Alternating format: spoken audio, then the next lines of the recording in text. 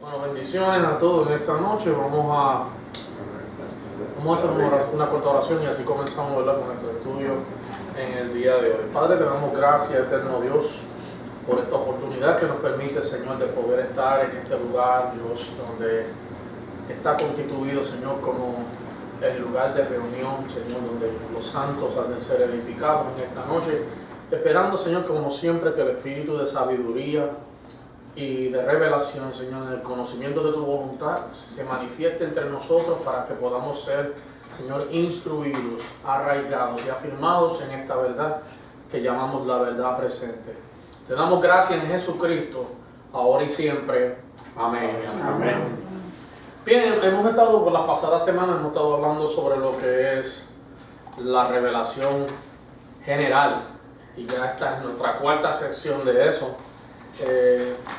Pero hemos visto cómo progresivamente esta verdad continúa edificando nuestra vida y llevándonos a conocer y a entender lo que realmente fundamenta esto que nosotros llamamos la verdad presente, ¿verdad? Y hemos ido transicionando a través de una serie de enseñanzas donde estamos viendo, ¿verdad?, y conociendo cuál realmente es la intención de Dios y cómo esto opera en nuestra vida. Y cada factor, cada elemento que hemos estado añadiendo al construir esta enseñanza va contribuyendo hacia un mejor entendimiento de lo que esta verdad presente representa en nosotros. En las pasadas semanas hemos hablado de cómo la revelación general nos lleva a entender que Dios se expresa a través de todo lo creado. Eso es ya un entendimiento claro para nosotros. Hemos visto que la creación misma, como lo habíamos planteado, es un púlpito que continuamente declara, predica la existencia de Dios. Y que contra esto creado no hay quien pueda contradecir la evidencia de que existe Dios, ¿verdad? La ciencia siempre ha tratado de explicar el origen de cómo las cosas llegan a ser, pero todo siempre aterriza en que hay alguien supremo que creó todas las cosas. Por más que la ciencia explique, por más que la ciencia cree teorías y trate de traer diferentes enfoques sobre la existencia del universo mismo, siempre vamos a ver que la respuesta o el origen de todo siempre está en alguien, en una persona, ¿verdad? Y esa persona ya nosotros entendemos quién es. Es Dios expresándose a sí mismo. Hemos visto que cuando hablamos de Dios, y esto es bueno que nosotros siempre lo tengamos entendido, no estamos hablando solamente del Padre. Hablamos del Hijo y hablamos del Espíritu. En el relato de la creación, en Génesis capítulo 1, usted puede ver que aparece el concepto Dios, pero aunque no se mencione allí el nombre de Jesús o el Espíritu Santo, ellos fueron agentes activos dentro de la creación. De hecho, el concepto Dios que se presenta en Génesis, en el hebreo es Elohim, y Elohim es un plural, habla de una pluralidad, ¿verdad?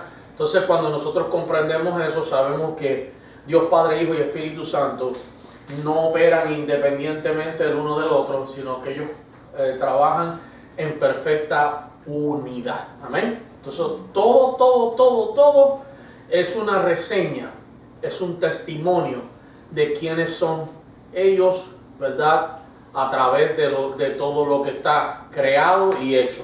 Entonces, ya entendemos que la creación declara, y habíamos llegado a entender, o la pregunta surgió, si la creación declara todo esto, ¿qué pasa ahora en la conciencia del hombre? Y ahí fue donde no sé cuántos tuvieron el privilegio de sentarse a escuchar la enseñanza que tuvimos la semana pasada, pero en esa enseñanza, aunque solamente cogimos el versículo bíblico, fueron 25 minutos que hasta yo mismo cuando estaba mirando dije, nos fuimos como bien profundo en esto, en 25 minutos de enseñanza. Así que no esperen lo mismo hoy, a lo mejor en menos profundidad, porque va a ser como 45 o una hora. No. Pero sí, esto podemos ver que en todo este contenido hay revelación para nosotros. Dios nos está hablando algo. Entonces vamos a ver qué pasa en la conciencia del hombre. Y habíamos tomado el versículo de Romanos capítulo 2, el 14 al 15, en la Nueva Traducción Viviente. Miren lo que decía: y aún los gentiles que no cuentan con la ley escrita muestran que conocen su ley cuando instintivamente, aquí están los instintos. Usted ve otra manera de cómo el ser humano llega a entender la existencia de Dios.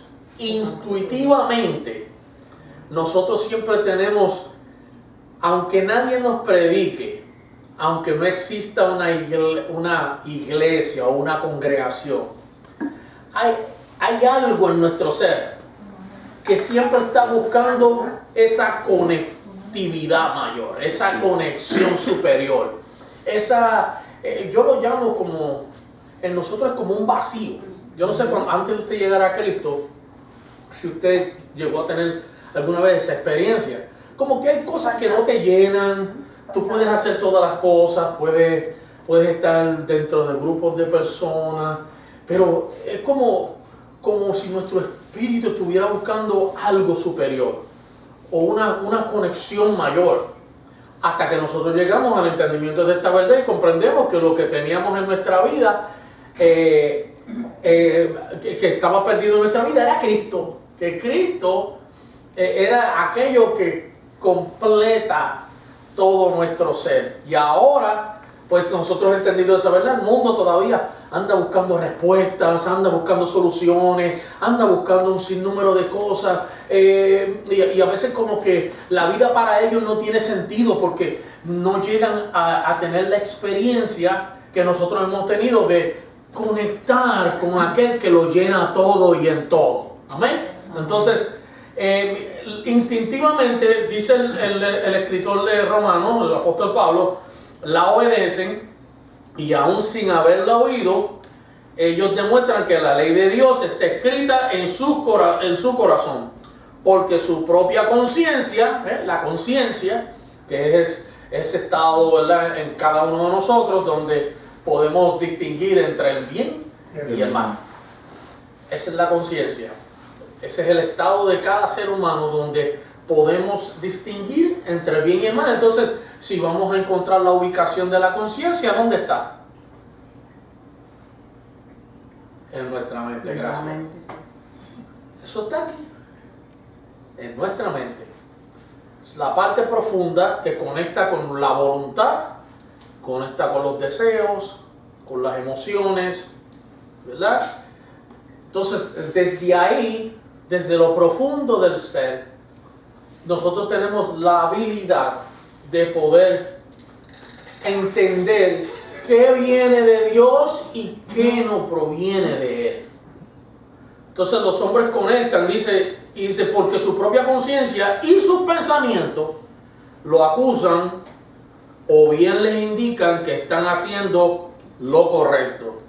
No hay tal cosa como el diablito y el angelito, simplemente es la conciencia misma operando en un estado moral que nos deja ver si eso está bien, ¿no? Y entonces la moral es algo a lo cual nosotros todos hemos sido expuestos desde nuestra niñez.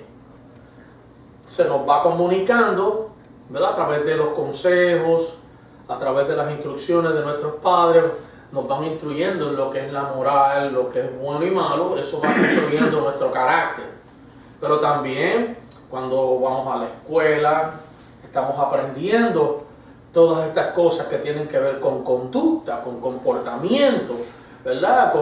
Con el estado de la razón, cómo la mente piensa y analiza cosas. Entonces, nuestra conciencia nos ayuda entonces a distinguir en base a la información que vamos recibiendo y estas instrucciones, como dije, aún a través de la misma moral. Esto nos va llevando hacia un entendimiento mayor en la vida. Entonces, lo que el apóstol está diciendo aquí, que hay gente que por instinto obedecen a este estado moral sin aún haber sido expuestos. En otras palabras, ¿verdad? Él habla de la ley escrita, para ellos era, ¿verdad? El antiguo pacto, el Antiguo Testamento, pero pongámoslo en nuestro tiempo, es como decir, sin haber conocido la Biblia, ¿cómo conocen lo bueno y lo malo? Aunque el hecho de usted distinguir entre lo bueno y lo malo no lo salva. Hay gente que siempre van a decir, yo no le hice mal a nadie. Fueron gente moralmente centrados. Usted puede ser una persona moralmente centrada y no ser salva. Porque la Biblia, entonces ya ahora tenemos que irnos a qué es lo que Dios dice. Y Dios dice que en solo uno hay salvación: Jesucristo. Jesús mismo dijo, yo soy el camino, yo soy la verdad, yo soy la vida, y nadie viene al Padre si no es a través de mí. En ninguno otro hay salvación. A ti no te salva tu estado moral. A ti no te salvan tus buenos pensamientos. A ti no te salva tu buena conducta. Por eso, ahora te va a entender esto, por eso es que cuando Efesios 2 habla de la salvación por gracia, nos deja bien claro establecido que esto es una acción por medio de la fe y no por obras. ¿Ves? No por obras para que nadie se gloríe. Porque nuestras obras, nuestro esfuerzo humano no nos salva. Nuestro esfuerzo humano no nos posiciona delante de Dios, ni para sentarnos a la derecha ni para sentarnos a la izquierda. No nos garantiza la entrada a ese reino maravilloso. Y no estamos hablando de la teología escapista, de irnos de aquí para el otro lado, sino hablar de que Dios sea el gobierno o el gobernante que se entrone en nuestros corazones y que nosotros vivamos, ¿verdad?, bajo su dominio. El tú ser moralmente centrado no te garantiza nada de eso. Tú puedes tener un entendimiento de lo bueno y lo malo, y quizás si eres una persona moralmente centrada, a lo mejor estás más cerca, como dice, de la línea que muchos otros, ¿verdad? Porque ese paso como que se ve más acercado y menos lejano. Pero eso no te salva. Solamente a través de la fe, ¿verdad? Y esta fe entendemos que es la fe del Hijo. Pablo lo dijo así en Gálatas capítulo 2. Versículo 20, él dice que ahora él estaba juntamente crucificado con Cristo. Dice, mas no vivo yo, sino que vive Cristo en mí, y lo que vivo ahora, lo vivo por medio de la fe del Hijo, quien se dio a sí mismo en amor por mí. ¿Te ves? Entonces, es a través de Cristo que usted encuentra la salvación, la posición dentro del reino, la vida abundante y victoriosa que estamos hablando los días domingos, que estamos entendiendo por qué reinamos y qué es esta acción de ser el reino y el reinar juntamente con Cristo, ¿verdad? Que esto no se trata de política, no se trata de estructuras humanas.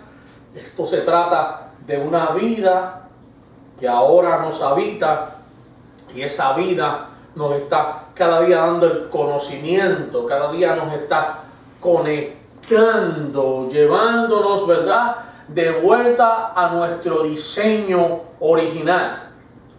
Un hombre hecho a la medida, a la perfección. Un hombre creado para ser representante legal de Dios en la tierra. Entonces, nosotros damos gracias a Dios porque en Jesucristo es que nosotros podemos encontrar todo esto. En Jesucristo es que el propósito se está cumpliendo. En Jesucristo el diseño de Dios está siendo conformado en todos nosotros. En Jesucristo usted no tiene ya de qué preocuparse, porque usted no vive, o ahora usted vive en aquello que Dios planificó desde antes de la fundación del mundo. ¿Ves la importancia de esto? Solamente en Cristo. Entonces, nosotros entendemos que existe una ley moral que está incrustada en la estructura humana, en cada uno de nosotros. Y la conciencia funciona como siempre nosotros, como un tribunal interior. Siempre nos está diciendo, siempre está juzgando comportamientos, pensamientos, actitudes. Por eso es que usted no necesariamente necesita la palabra revelada para saber si lo que está haciendo está bien o mal. Eso está ya nato dentro de nosotros porque es parte del diseño que Dios nos ha dado. Y este tribunal interior continuamente nos está explicando ese sentir de la justicia. Entonces, la conciencia y la ley moral, que es lo que vamos a estar centrando en el día de hoy, esto habla de la dimensión interna de la revelación general. Y ese texto que acabamos de leer es donde estamos tomando fundamento, de donde estamos partiendo, hacia donde nos dirigimos en este entendimiento. Porque al entender que esa ley está ya en nosotros, Pablo lo que está haciendo aquí es que le está afirmando a aquellos gentiles, a aquellas personas que él le escribe, que aunque ellos no tenían la ley mosaica, en este tiempo, si Pablo estuviera aquí, nos dice, aunque ustedes no tengan la Biblia, muestran que conocen su ley. Y esto explica que la moralidad no se origina en la cultura o está ontológicamente integrada en la naturaleza humana. No se trata de posesión externa de tablas escritas, sino de una ley interna, de una inscripción interna que ya está en nosotros. ¿Qué quiero decir con esto? Piense en esto de esta manera.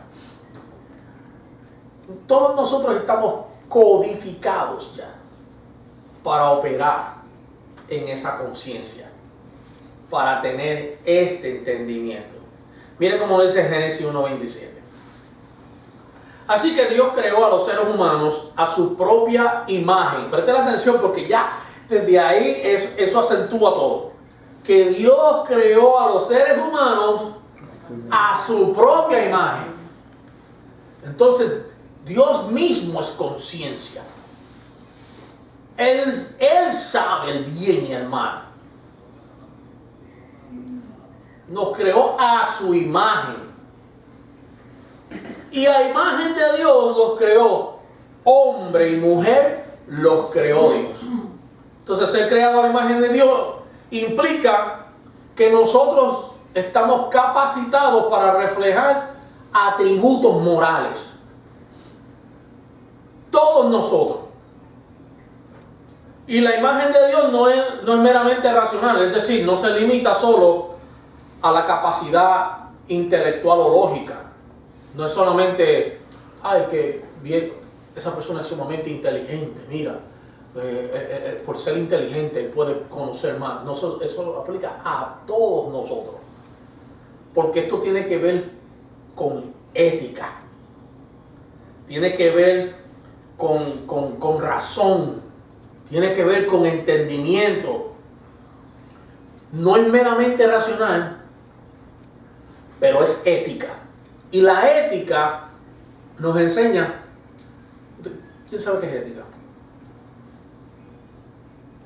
Como tener principios.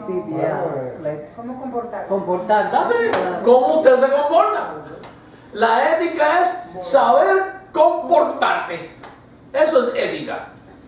Y cuando tú te sabes comportar, sabes cómo conducirte delante de los demás.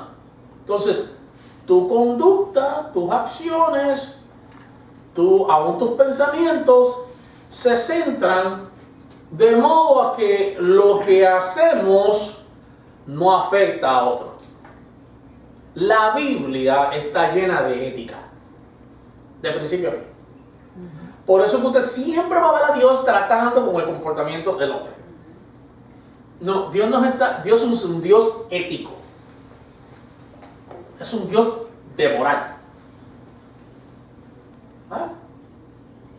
A veces nosotros miramos estas cosas así, pero Dios siempre está mirando. Mire, las cartas paulinas. Las cartas paulinas. Exacto, las cartas paulinas nos hablan de ética. La ética está plasmada a través de todos los escritos del apóstol Pablo, aún los escritos del apóstol Pedro. ¿Por qué usted cree que él no dice que en todo lo que sea justo, bueno, piadoso, en esto pensar, conducidos de manera justa y piadosa?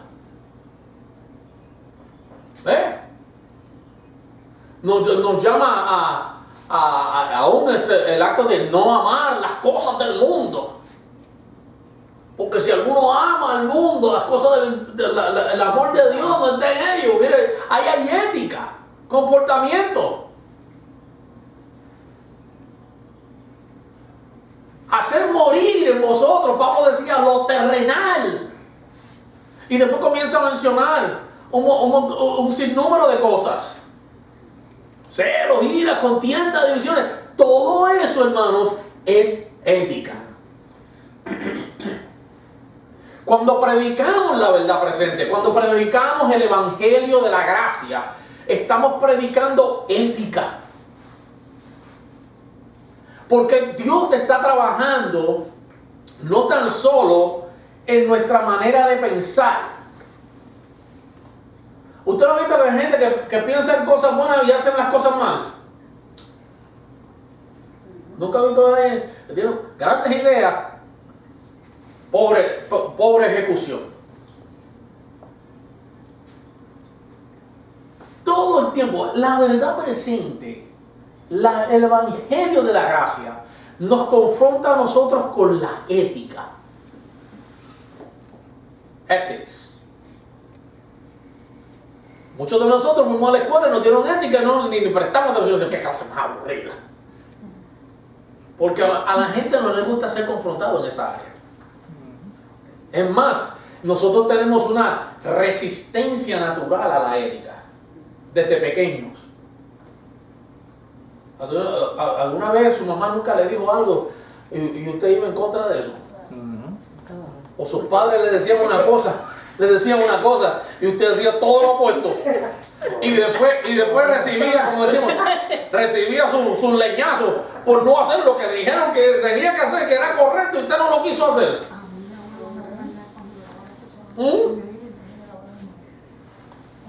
Entonces, a nosotros no nos gusta la ética. Tenemos una resistencia natural contra todo lo que es ética.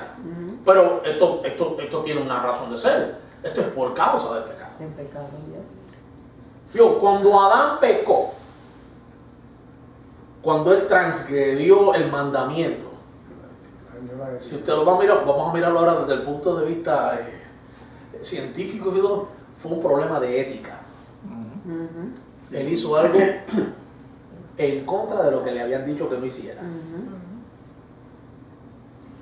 No se comportó como Dios le dijo. Dios le dijo, come de todo esto, menos eso. Hizo lo contrario. Y él hizo lo contrario. Entonces, su problema de ética lo hace ver desnudo luego en el huerto escondiéndose. Problema de ética. Yo le decía a mis hijos, siempre que tú vayas a hacer algo y te tengas que esconder, eso es malo. Claro. Si te tienes que esconder es malo. No, no mentira. Eso fue exactamente lo que hizo Adán. Él hizo lo que hizo, oyó la voz de Dios y se escondió. ¿Por qué? Él lo dijo, porque oí tu voz y tuve miedo. Un problema de ética. Entonces nosotros naturalmente, por causa del pecado, estamos siempre resistiendo esto. Entonces Dios tiene que y es por eso que el trabajo de este evangelio de la gracia, de la obra consumada de Cristo en nosotros, la vida de la crucifixión, es llevarnos a una ética correcta. Es llevarnos a vivir de manera justa y piadosa delante de Dios. de manera que todo lo que nosotros hagamos y somos agrade a Dios. Ética. La ética y la Biblia. Un concepto que está ahí, pero muy poco predicado. Porque a veces, para muchos es más fácil centrarse en un problema o en un error cometido. La religión por mucho tiempo enfocó el problema de los errores, y todavía hay muchos de esos, mirando simplemente lo que tú haces mal. Pero no hemos llegado a la raíz del problema, que el problema no es el error que cometemos, y está mal. El problema es un problema de ética. Que cuando nuestra ética no se alinea a lo que es la verdad revelada en Cristo, siempre vamos a estar resistiendo la obra de la gracia. Por eso es que Dios tiene que trabajar en nosotros. Y mire cómo Dios hace. Dios no comienza trabajando desde nuestros errores. ¿Sabía usted eso? Dios no comienza tratando con nuestros errores. Donde Dios va, donde Dios primero trabaja, es en nuestro corazón. Y es donde está la conciencia. Dios viene desde lo profundo hasta lo más externo. La transformación tiene que ocurrir desde lo más profundo hasta lo más externo. Porque cuando usted corrige lo externo, es como cuando ustedes se miran, especialmente las mujeres, que a veces emplean tanto tiempo, perdónenme lo que están escuchando, no estoy tratando de ofender a nadie, pero una mujer se para frente a un espejo y está maquillando el cuerpo. Lo externo. Usted puede maquillar todo el cuerpo que usted quiera, no puede maquillar su alma. No puedes maquillar tu conciencia, no puedes maquillar el estado más profundo de tu ser. ¿Usted ha oído el dicho ese que dice que la mona, aunque se vista de seda, la mona se queda? ¿Por qué? Porque en el core, en lo más profundo, es donde está la centralidad de tu ser. Es desde ahí que Dios comienza a tratar con nosotros. Por eso es que continuamente Dios está buscando y trabajando en nuestro hombre interior. Dios se enfoca en nuestro hombre interior, porque el hombre interior es el que eventualmente comienza a revelar la ética que Dios quiere. No estamos dando una clase de ética, pero es para que usted entienda por qué Dios va allá, lo más profundo. Y Dios tiene que ir a la psique, a la mente tuya, a extraer muchas veces toda esa porquería, todas esas imágenes, todas esas malas experiencias que han estado ahí incrustadas dentro de ti, para que luego estas cosas no dominen tu manera de comportarte y ser en la vida. Por eso es que cuando usted me oye hablando mucho de estas cosas, y no voy a utilizar nombre ni nada de eso, pero yo le digo, hay que dejarlo de atrás para movernos hacia adelante, porque si seguimos cargando con dolores, con sufrimiento, cargando con culpas, esto es tanto adentro o afuera, dentro del evangelio o fuera del evangelio, usted sigue cargando con todo ese tipo de cosas, usted nunca va a llegar a ser una persona sana. Y como no es una persona sana, no será una persona centrada. Y como no es una persona centrada, muchas veces nuestra ética va a fallar. Porque de una manera u otra, un impulso, un pensamiento, una palabra, te va a forzar a tener una reacción que muchas veces no es lo que le va a agradar a Dios. Ética. Si tu hermano te hiere en una mejilla, ponle la otra. Ética. ¿Eso está en la Biblia? ¿Cómo te vas a comportar? ¿Cómo vas a reaccionar? ¿Ah? Lo vas a agarrar de los cabellos. Le vas a dar una trompada. ¿Qué vas a hacer? ¿O vas a enseñar que eres un ser centrado, que está siendo transformado por la vida de Cristo que ahora te habita y gobierna tu corazón en esta verdad presente? ¿O eres de los que vas a ser reactivo, no importando quién te vea, quién diga, quién hieras, a quién lastime, simplemente porque piensas que es tu deber defenderte? Ética. Usted no sabía que venía hoy a poner una clase de ética. Pero es ahí donde Dios comienza a trabajar en nosotros. Porque Dios comienza desde lo más profundo para que luego nuestra obra o la obra a la que fuimos llamados sea algo digno de gloria y de honor delante de Él. Jesús fue ético. Ético hasta la muerte. En la cruz, la primera ética, la ética, en resumen, se ve en la cruz. ¿Sabe qué? Que te abofetean, te latigan, te ponen corona de espinas. Y Isaías 53 habla de la mayor expresión de ética que ha habido. Pero dice, más herido fue Él por nuestras rebeliones, molido por nuestro pecado, y el castigo de nuestra paz fue sobre Él. Pero dice, pero en sus llagas fuimos nosotros curados. Como oveja fue llevado al matadero. Pero allí nos dice que Él enmudeció. Oiga, enmudeció y no abrió su boca ni para defenderse. A nosotros nos dicen algo y es una detrás de otra. Una detrás de otra. Esto tampoco quiere decir que usted se deje pasar por encima. ¿Verdad? Hay que saber presentar defensa. Por ejemplo, la fe tiene una defensa. Y esa fe es lo que nosotros llamamos apologética. No se trata de contender o tener un debate de texto con texto bíblico con nadie. Esto tiene que ver con entender posición, con tener convicción clara en lo que usted ha creído, para que nuestra ética no se vea afectada.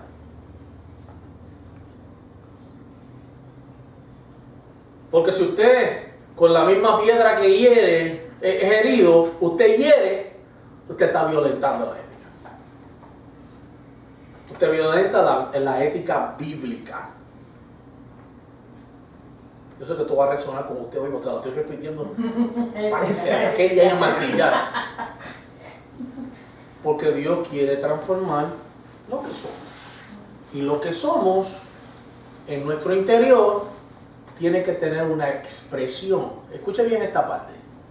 Tiene que tener una expresión en lo exterior. De la abundancia del corazón habla la boca.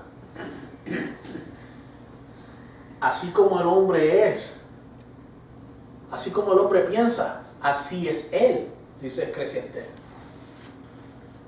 Vamos a pensar como una nueva creación, vamos a pensar como gente redimida, vamos a pensar como un real sacerdocio, vamos a pensar como una nación santa, o vamos a pensar como muchos más del montón.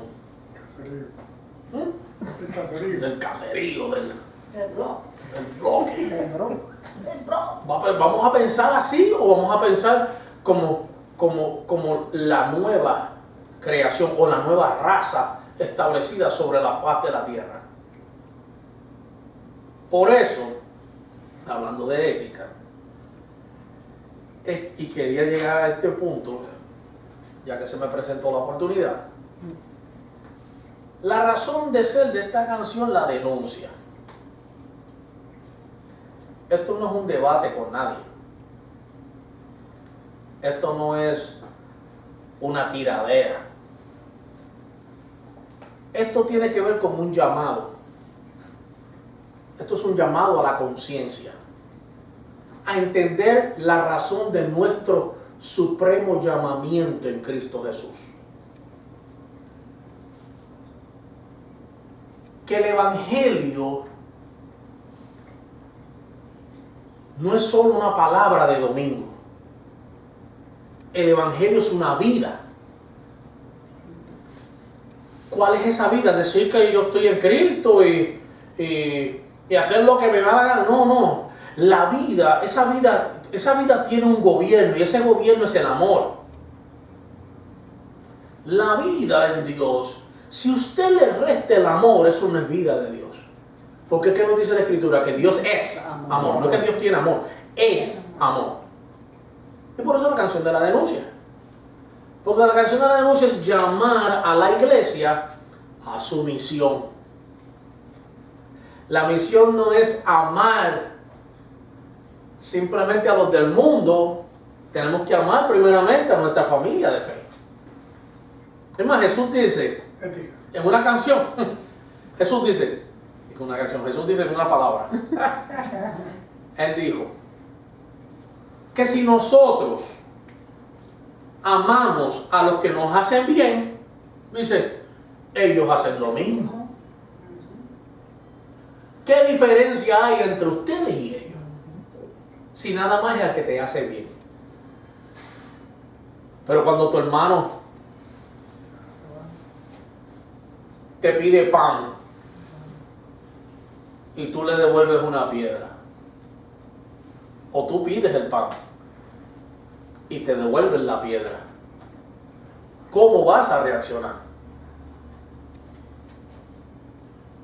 Porque nuestra respuesta, escucha bien, nuestra respuesta va a centrar o va a acentuar realmente qué es lo que está gobernando nuestro corazón. Por eso yo termino la canción diciendo que si el amor está en el templo, entonces tú sabes que Dios está dentro. El templo somos nosotros, no es el edificio. Si eso está en nosotros, entonces la gente sabe que Él vive dentro de nosotros. Por eso Jesús, esto es bíblico, en letra urbana, pero esto es bíblico. Por eso es que Jesús dijo, en esto, escuchen bien, conocerán ellos que ustedes son mis discípulos, en que os améis los unos a los otros, con tal como yo os he amado. Ética. El amor es lo que rige la ética. El amor. Una vida cristiana sin amor no es vida. Y lamentablemente, esto no tiene que ver con ningún grupo en particular. Y a propósito, cuando llegué, esperé escuchar la reacción de ustedes, porque quería ver qué estaban pensando. Porque me imaginaba que muchos pensamientos iban a ir por otro lado, pero en realidad no era eso. En realidad es volver al centro. En realidad es tener una conciencia centrada. ¿Para qué yo fui creado? ¿Para qué yo fui llamado? Entonces ahora yo decía, chacho, sí.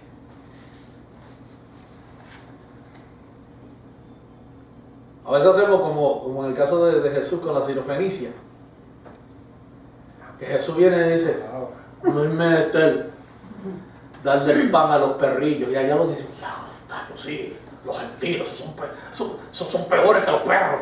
Porque para ellos ese concepto era alguien que no era parte de. Y Jesús utilizó eso, pero después dice, yo no he visto tanta fe en Israel. En realidad al final del día, ¿quiénes eran los perrillos? Ellos mismos. ¿Ves? Un problema, hermano, que tenemos. La iglesia hoy quiere ser luz en el mundo. Quiere ser la ciudad acimentada sobre un monte. Queremos ser la lámpara que no se esconde en el almud. Queremos ser la sal de la tierra. Pero si la sal se hace insípida, ¿con qué será salada? Si nos volvemos híbridos. Porque no tenemos una conciencia centrada en la vida que ahora nos gobierna, ¿cómo vamos a poder controlar nuestros comportamientos? Entonces, la iglesia hoy en día, hablando del colectivo, tiene un problema de ética. ¿Por qué? Porque el problema está bien profundo.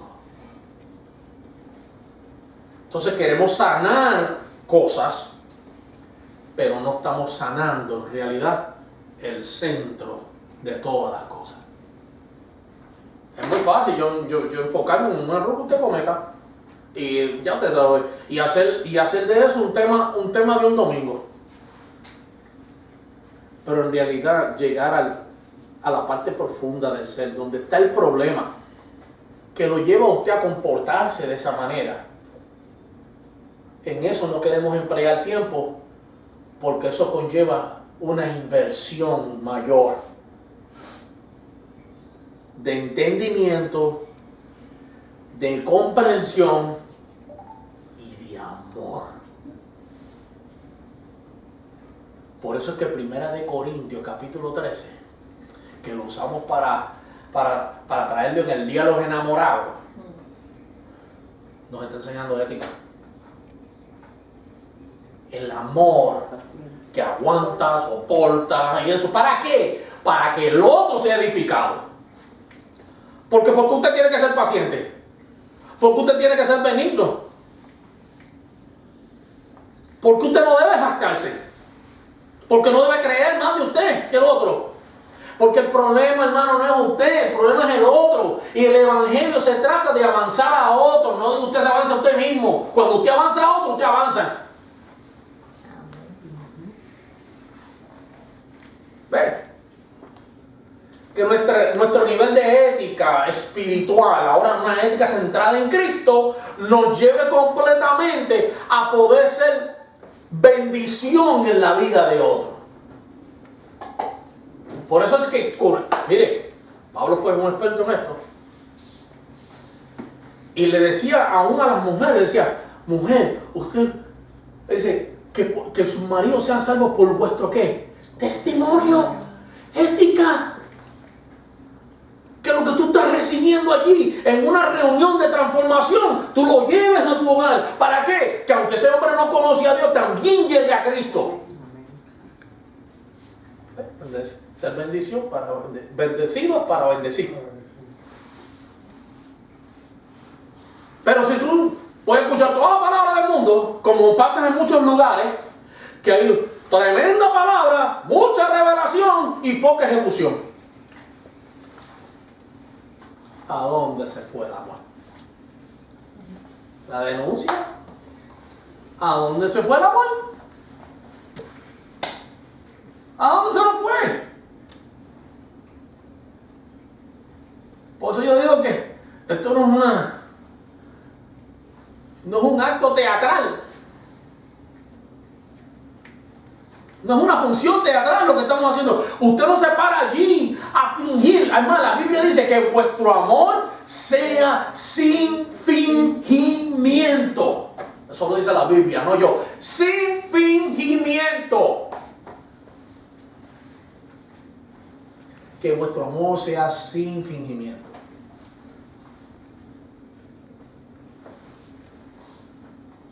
Porque si no está eso en el centro, todo lo demás se afecta, hermano. Se afecta. Se afecta. Entonces nosotros estamos aprendiendo a ser una iglesia no reactiva, sino una iglesia centrada en el amor de Cristo, para que nuestra ética sea prudente ante los demás y la vida de los demás pueda ser bendecida por nuestros comportamientos, por nuestras conductas, por nuestra manera de pensar. Por eso es que usted va a ver, y esto me lo aplico yo mismo, que yo siempre estoy con usted, amado hermano, tratando de llevarlo a usted a hacer lo correcto. Y eso me lo tengo que aplicar yo también. Eso me lo tengo que aplicar yo también, hacer lo que es correcto.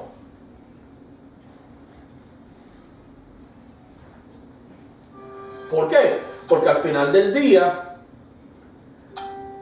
es por estas cosas que nosotros vamos a ser juzgados.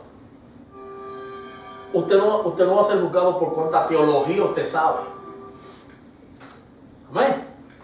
Usted no va a ser juzgado por cuánta teología, cuánto instituto bíblico, cuánta escuela de nuevo pacto, cuánta cátedra usted recibió. Usted no va a ser juzgado por eso, usted va a ser juzgado por lo que usted conoció y cómo usted se comportó.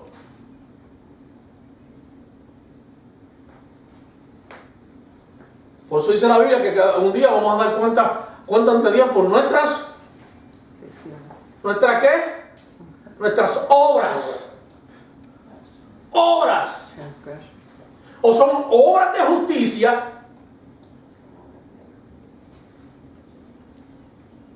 o son obras de impiedad. Pablo nos dice que apartemos de nosotros toda avaricia, toda inmundicia. Todo eso tiene que ver con ética.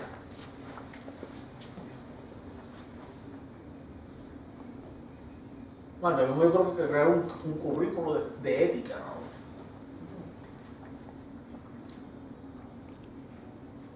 Así me gusta que se queden pensando. Porque es que eso es lo que la vida del Espíritu hace. Llegar a lo profundo para que nosotros podamos expresar todas aquellas cosas que realmente Dios tiene diseñadas para nosotros. Entonces el ser humano fue diseñado con la capacidad, número 1, de distinguir el bien y el mal. Número 2, creo que esto es una de las más importantes, tener sensibilidad moral. Ser sensible. Eso se ha perdido. La sensibilidad no se ha perdido. Número 3, tener responsabilidad delante de un estándar superior. Entender, hermano, que usted y yo respondemos a una autoridad mayor. Oiga esas 3 cosas. Tenemos la capacidad de distinguir, pero necesitamos la sensibilidad moral para poder actuar en estas cosas. Y 3, entender que tenemos la responsabilidad de responder ante algo. Entonces, la caída distorsionó esa imagen que estaba impregnada en nosotros, pero no la eliminó. Se pudo haber afectado nuestra conciencia, se pudo haber estado, o se pudo haber afectado nuestro estado consciente, se pudo haber afectado nuestra moral, pero no la perdimos. Porque esto es parte del diseño. Esto es parte del diseño. Y Dios hizo provisión para restablecer el hombre al diseño original. Esta es la provisión de Dios. Este es el regalo de Dios. Llevarnos a nosotros a ser nuevamente el hombre que Él intencionó en su creación.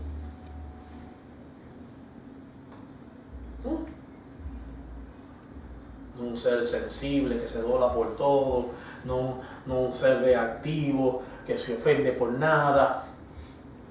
Eso no es. Dios te quiere llevar a ser su obra maestra, su diseño original. Mira lo que dice Génesis 9:6 de esto.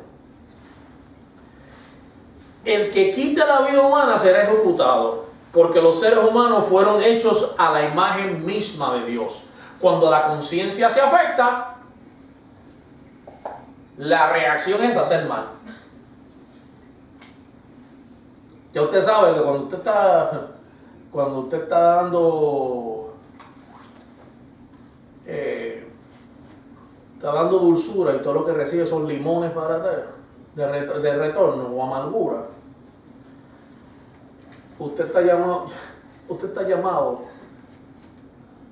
no es a tirarle con los limones, es aprender a hacer limonada con ellos. Coja el limón y ponga un poquito de dulzor, endulce la vida y siga hacia adelante, para que esto no siga pasando. Esto es un problema, ¿no? Cuando un hombre cae, se afecta todo esto. Y aún después del pecado, la dignidad humana y la responsabilidad moral permanecieron en nosotros. Entonces, lo que esto implica para nosotros, hermano, es que la ley moral no es una construcción social, es una huella divina impregnada en nosotros. Esa moralidad, eso no es, eso fue lo que me enseñaron. No, eso es, en inglés se dice el blueprint de Dios. Eso está en ese código, en el código de nuestro ADN. Eso está ahí, codificado en nuestro ADN. Y la cultura puede distorsionar la moral, pero no puede erradicar la conciencia que mora y que es básica en todos los seres humanos. Entonces la conciencia, para terminar esto, la conciencia funciona como un tribunal interior en nosotros.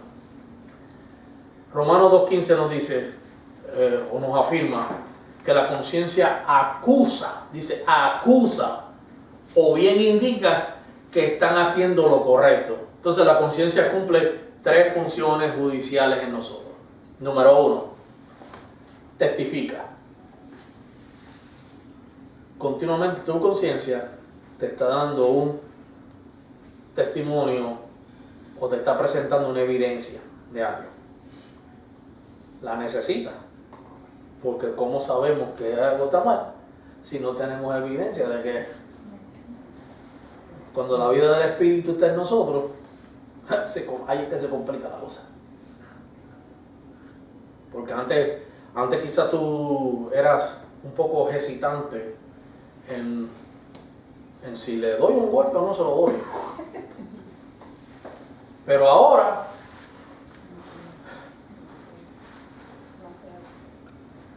tú le dices, alguien me hizo una pregunta en una de las clases, me dijo, pastor, entonces, si una persona no sabe tomar decisiones, eso quiere decir que no tiene madurez. Y le dije, no, de ninguna manera. Yo, porque hay cosas en la vida, dependiendo de nuestro ámbito, ¿verdad?, de desarrollo, que van a influir en cómo tomamos decisiones. Nosotros tomamos decisiones a base de influencias. Entonces, digo, yo le decía, usted puede ir por una pista, una autopista, y de momento le sobró el teléfono y se distrajo, y cuando viene a ver la salida está ahí, y se tiró. Y de momento el otro que viene le toca bocina, y le empieza a decir, ¡ay! Y yo te sabe, le sacan el dedo, y le dan de todo. Ahora vamos a ver cómo tú respondes. Vas a empezar ya tú sabes, a levantar la mano y a sacar el dedo también, y a mandar, usted sabe, para los lugares más remotos y lejanos que puedan existir. O usted va a decir, no era mi intención. Ahí se refleja la madurez. Ahí se refleja la verdadera madurez. Ahí se está revelando realmente lo que estamos hablando. Nuestra conciencia nos está centrando en aquello que ahora a nosotros nos habita. Número 2, una te testifica, 2 también te acusa. Por eso cuando tú haces algo malo y sabes que lo hiciste mal, como hay ese sentido de moral en nosotros, y si ahora habita Cristo, eso se complica aún más. Tú dices, la regué porque la regué. ¿La regué?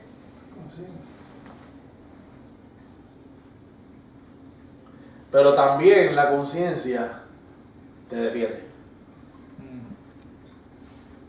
Y esta es la parte que a uno la más que le gusta.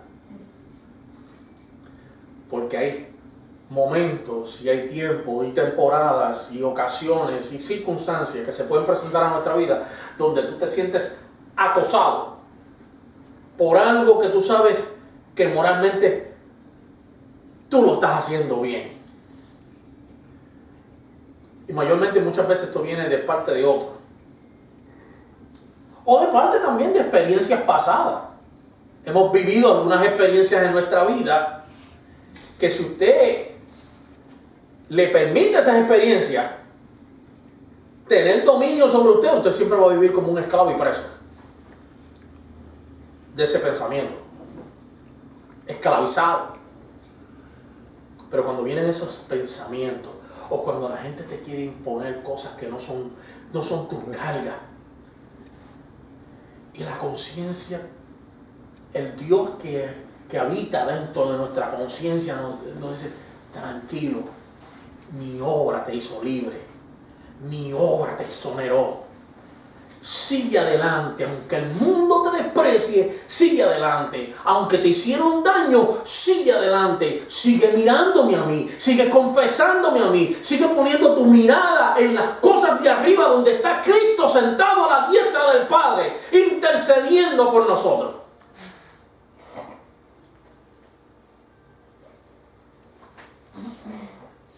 Pon tu mirada arriba. Y no en las cosas de la tierra, porque si, miren, con lo que Pablo, la revelación de Pablo, porque si ponéis la mirada en las cosas de la tierra, dice, muertos sois. Dios opera en nuestra conciencia y nos ayuda a entender, you're on the right course, tú estás bien, sigue adelante, aunque el mundo no te entienda, sigue adelante. Aunque te dé la espalda, sigue adelante. Porque yo estoy revelado aún en lo más profundo de tu ser.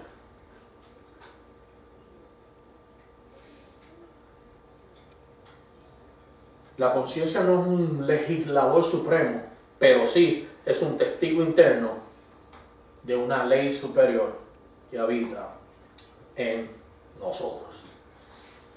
Así que mis amados hermanos, aquí lo vamos a dejar hoy, la semana que viene continuamos con esto. Yo quiero que ustedes reflexionen en esto, tengan una reflexiva sobre esto. Ese es el Dios que gobierna tu ser. El Dios que gobierna tu ser no está en tus manos ni está en tus pies.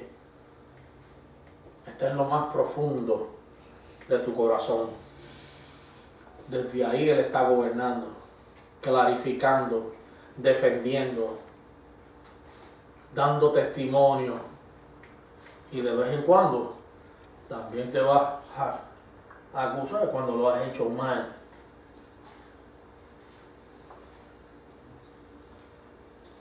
Usted ve que esto es mucho más que una simple teología, que una bonita palabra. Esto es un asunto de reflexión, porque esto necesitamos entenderlo para poder vivir nuestra vida en Cristo. Hoy aprendimos un poquito de ética, un poquito. Y vemos cómo esta ética va a ser gobernada de acuerdo a lo que de acuerdo a aquello que está gobernando nuestra conciencia. Porque si nuestra conciencia todavía está en el estado caído, nuestra ley moral, nuestra ética se va a afectar. Pero si está gobernada por Cristo, cada día esto nos lleva más a retomar la imagen y la semejanza, porque Pablo lo expresa de esta manera, él dice, porque si un día nosotros llevamos la imagen del terrenal, también llevaremos la del celestial. Al final de todo, esto es que usted lleve la imagen del celestial.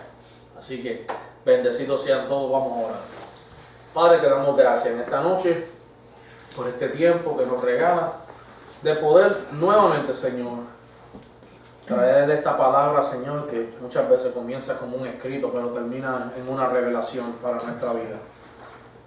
Te doy gracias, Señor, porque tu Espíritu nos lleva a reflexionar, nos lleva a meditar, Señor.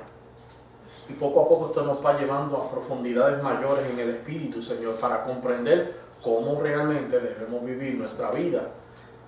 Ahora, Señor, que Cristo habita en nosotros. Ahora que Cristo se ha convertido en nuestra vida. Y que nosotros juntamente hemos resucitado con Él, Señor. Que en medio de este estado de resurrección se deje ver, Señor, en nuestros comportamientos, quién realmente es el gobernante que está sentado en el trono. Yo te doy gracias, Señor, como siempre, por el espíritu de sabiduría y de revelación en el conocimiento de tu voluntad, Señor. Ayúdanos a llegar, Señor Padre, a la estatura de ese varón perfecto en Jesucristo. Amén y amén. Amén. Entonces los bendigo en esta noche, ¿verdad?